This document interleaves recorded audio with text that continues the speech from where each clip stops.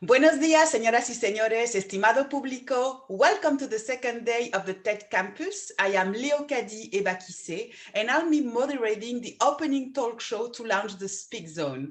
Today, we have a very special guest, Mr. Tommy Davis. Buenos días. Buenos días. Buenos días, mi nombre es Tommy Davis.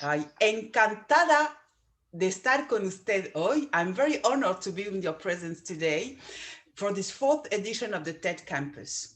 Mr. Davis, you are a systems analyst turned tech strategy advisor, a public speaker, an angel investor. You wear several caps, including collaborator-in-chief in Technovision, chief investment officer at Green Tech Capital Partners.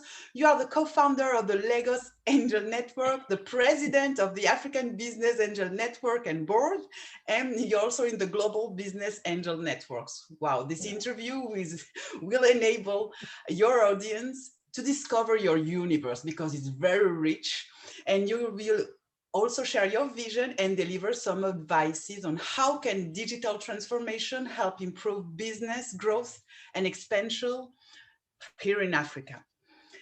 So for nearly 22 decades after your graduation from the University of Miami, you led the implementation of innovating technology-led transformation initiatives for influential global brands like Elf Aquitaine, Marks & Spencer, Ernst & Young, Sapient across Europe, the United States, and the Southeast of Asia. Wow. And after all this time, what has motivated you to shift and to focus on Africa? Well, because my heritage is African. I mean, you look at me and you know that I am from the continent. Specifically, I am from the Yoruba people who are actually birthed in Lagos, which is in Nigeria. So that is sort of where my family and my heritage is from. And, the Yorubas have a saying that Ile Labo Simi Oku. What does that mean? It means no matter how much you traverse the earth, you must return home because home is where the rest is. Home is where the peace is. That is where you are one with your maker, is when you are at home. Yes, like the calling of your roots, of That course. is correct. So that was why, as we looked at the millennium, and we're all talking about the year 2000, and Yes. what difference are you going to make? What's your life going to be about? It was like you take stock. I was no longer a young man. I had been privileged to work in amazing innovation projects. We've made money that you look back and you wonder, wow, So it was sort of what's the new frontier that you can actually make a difference. And that's what drove me home. Yes, and talking about making a difference, I've noticed, because I've read a lot of things about you, that you've got multiple profiles, and your goal is simply to find, to fund, and to follow African founders that are using technology-enabled innovation to create economic value on social impact on the continent. Can you share with us what has gone well and better than expected in this huge experience you have? Oh, what has gone well is how fast and how well the ecosystem has developed. It never ceases to amaze me how quickly we've managed to get from trying to get Jumia off the ground and whether it was going to be Conga to where we're talking about Paystack and we're talking about Flutterwave and we're talking about Pagger and other unicorns that are, in the making. That's happened within a decade. And that's been a pleasant surprise to me. You've met a lot of people during these amazing adventures, and maybe for the people who's listening to us, can you give us the main point to consider when you're investing in Africa? Um, that's an easy one. If you're not African, it's it's simply who you're investing with. Hmm. Okay. If you're not African, who's your co-investor? And that's sort of the very first question I ask anybody. Um, because investing on the continent means being on the continent. And a lot of people miss that out. They don't understand it. It's a Yes, very simple rule. it's a simple rule, but people think that they can invest being outside all over the world and then having a partner there and things will be great. Do you think it's a cause of failure of many startups? Depends who the partner is. Hmm. Totally depends who the partner is.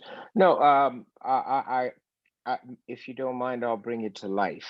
Yes. Okay. Um, we have in the United Kingdom the Diaspora Angel Network. This is an angel network of professionals in the United Kingdom from all across Africa who come together to invest on in the continent. Mhm. But guess what? The Diaspora Angel Networks will never invest without another local angel network being present. Hmm. So you're creating links already there. That's a So huge they, talent. yeah. Yes. So they co-invest with the Lagos Angel Network. They co-invest with the South Southeast Angel Network. They co-invest with the Victoria Business Angel Network, and they co-invest with the Cairo Angel. So all of a sudden, you've got Nairobi, Lagos, Port Harcourt, and Cairo co-investing with London. There's something very interesting about what you're sharing. How do you deal with the cultural thing?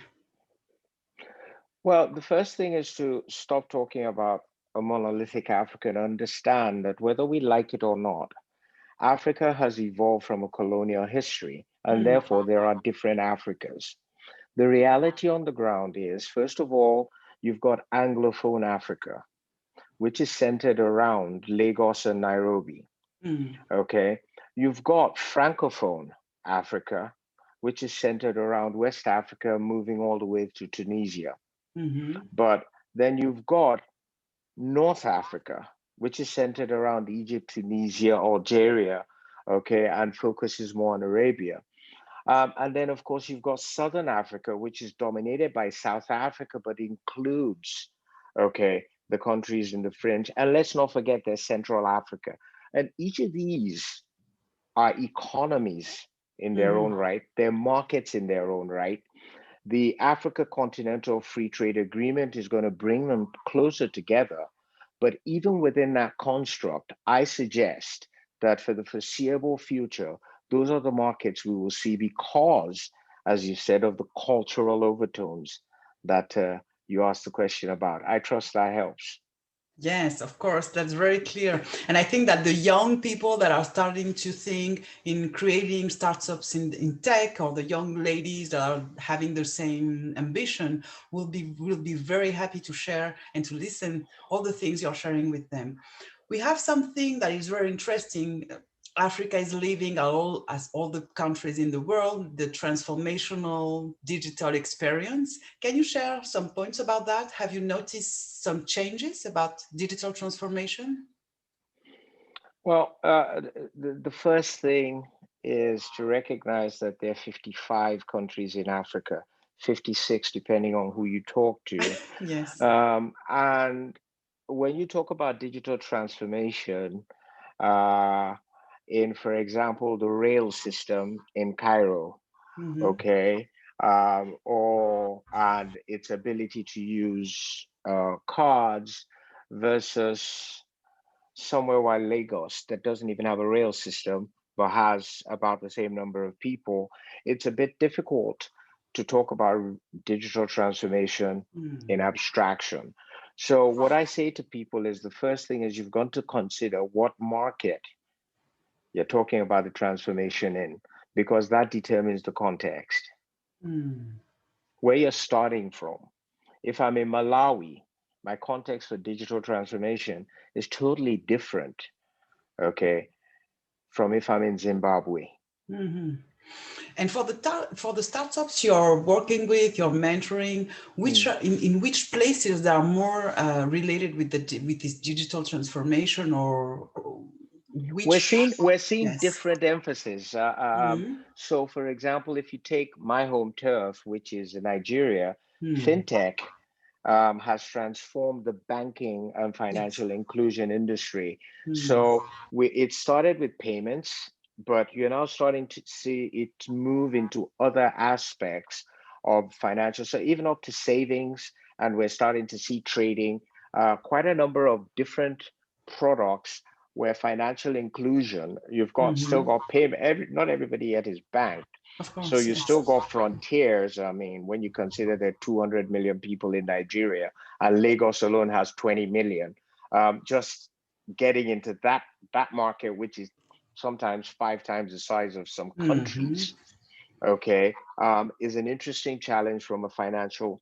So fintech is one, health tech is another Yes. that we're starting to see. But that again, you're talking of Southern Africa, led by South Africa, and the fact that they have the research capabilities to Mm-hmm. transform, okay, the systems there. So it's when we say digital transformation, there is one common factor to all of them, okay, and that's the arrival of the undersea cables um, through the shoreline of the continent, ensuring that connectivity, okay, as an infrastructure capability exists. And that we have the cable operators to thank for that. Ah, So they yes. are the ones actually driving digital transformation and ensuring that the benefits are being reaped by the corporates and the SMEs that have the capacity to do it. But the good news is the fact that mobile telephony, okay, has led the way and is continuing to lead the way in terms of digital transformation. Mm-hmm. That's very interesting, because you have opened several ways for the people who thinking maybe in trying to work in the tech in the tech world. Mm. I have a question that is very interesting. I know that you've been with a lot of people, and which is your experience with female founders in tech? Um, Female founders are a breed apart simply because they have a multitasking capability that their male counterparts tend not to possess. Um, I've been reassured that that comes from maternity or maternal instincts, that it's inherent. But when they use it to good effort, it's quite phenomenal. Hmm. Um, there's a good friend of mine who runs Main One. Her name's Funke Opeke. As an example, she built that company from zero to what it is today, and had that vision set in her mind and knew exactly where she was going, and continues to show us where we should all be going. She's my sort of hands-on, Hmm. not theory. I've seen her do it. Okay. Yes. She used to be the CTO at MTN when Yes. she quit that job and says, no, I want to build something, and found, found the funders, had the vision, chose the team, put in, and today Yes. you go look up May 1. So she's my reference point. I Hmm. could point you also at another who's Biola Labi. Okay, Biola Labi Media. Go look him up. Biola Labi was with Sesame Street in the Hmm. States, and then she decided, like me, to come back to Africa. Went to work with Africa Magic DSTV. She created all of those, but she was centered in Lagos because she wanted to build her own thing. Of Now course. you look at Biola Labi, she's on Netflix. She's got Hmm. productions on Netflix. Banana Island, Ghost, or and quite a few others. But the point is, when they take it on, I mean, they do exceedingly well. I've got a few I'm mentoring, I'm proud to say, and Yes. but they can also be problematic. Can you share? Well, you have to reveal the secrets because why they are so problematic. Maybe one or two things you can share with us, because maybe they have to face some challenges, and maybe you have some advices to give to give to them. Well, it's this. Um, it's tough to be a single actor, Mm-hmm. and we always advise co-founding, Hmm. and that becomes tricky. If it's two women, they sort of have a way of balancing themselves out.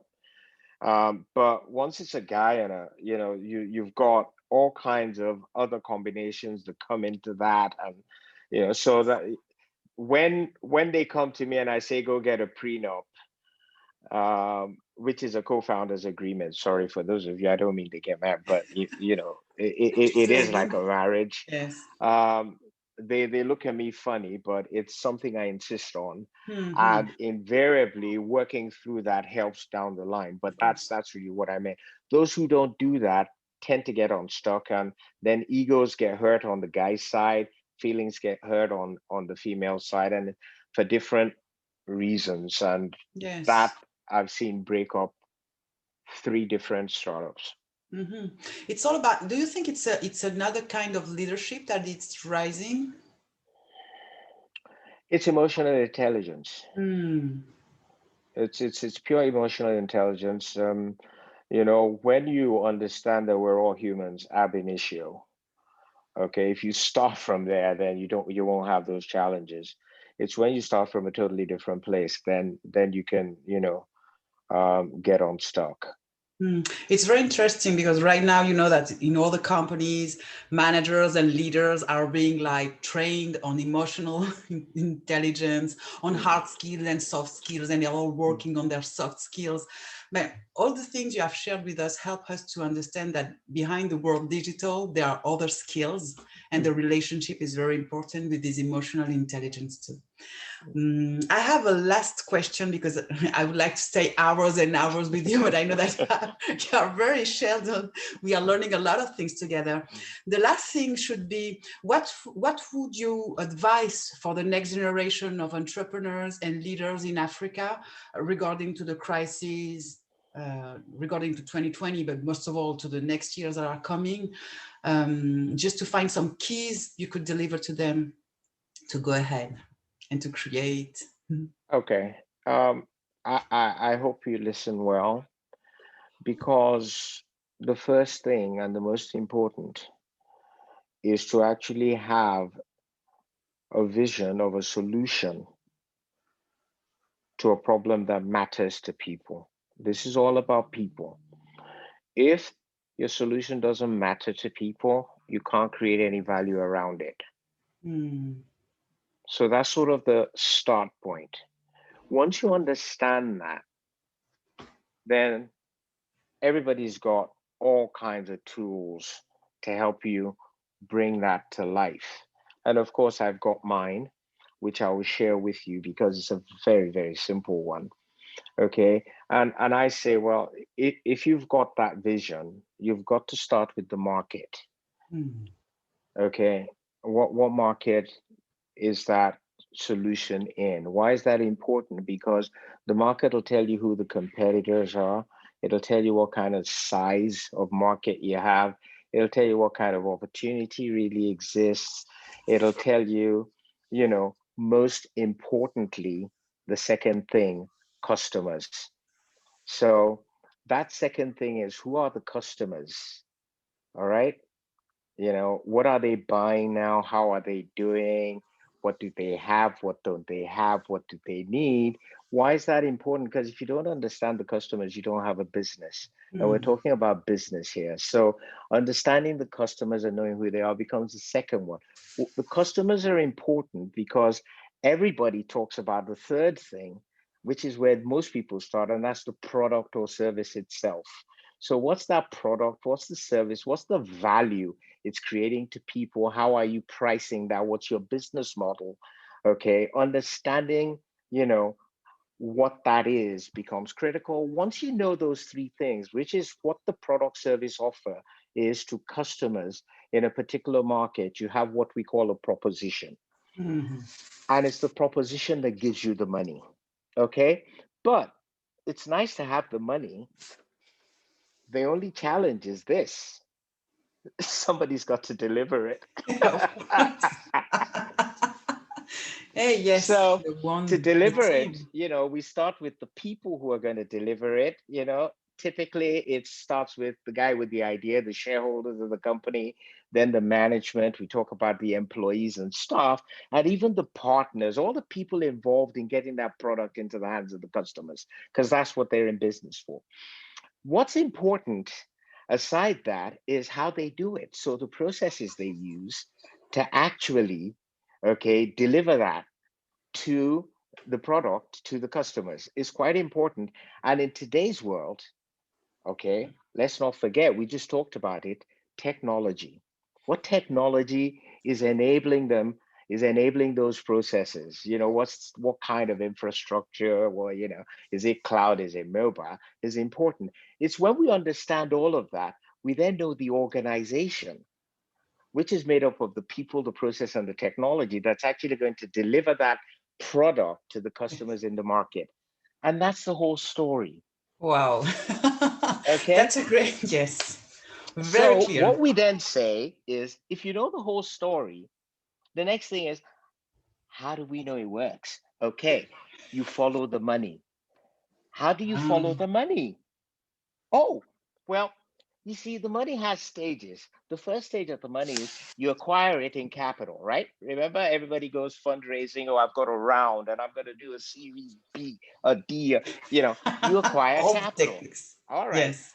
Why are you acquiring capital? Because the bet is you're going to make a profit.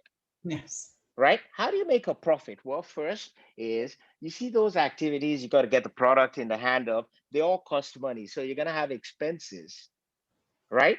Those expenses, you're making all those expenses for one reason and one reason only: to generate revenue. So you're going to have expenses and revenue, which gives you the profit, right? Because the Yes. capital is there because of the profit. Okay, so that's the Yes. money journey. All right, the money goes from capital into expense, and then it goes to revenue, and revenue is what gives it back. First, revenue gives expense back. You talk about break even and profit, and then after profit, you've got to give the capital back, and that's when we talk about 2x return, 3x return on your capital, 5x return in 5 years. That's the money journey. Okay, which are the milestones along the way. And finally, most recently, we added the fact that impact. How many jobs did you create? How many women did you employ? Okay, Impacting what society, other yes. impact have you had as a startup on the money journey on that market in which you belong? And that is called the POEM framework. The proposition, the organization, that delivers it, the economics that measures it, and the milestones along the way. Thank you very much. I hope you found that useful.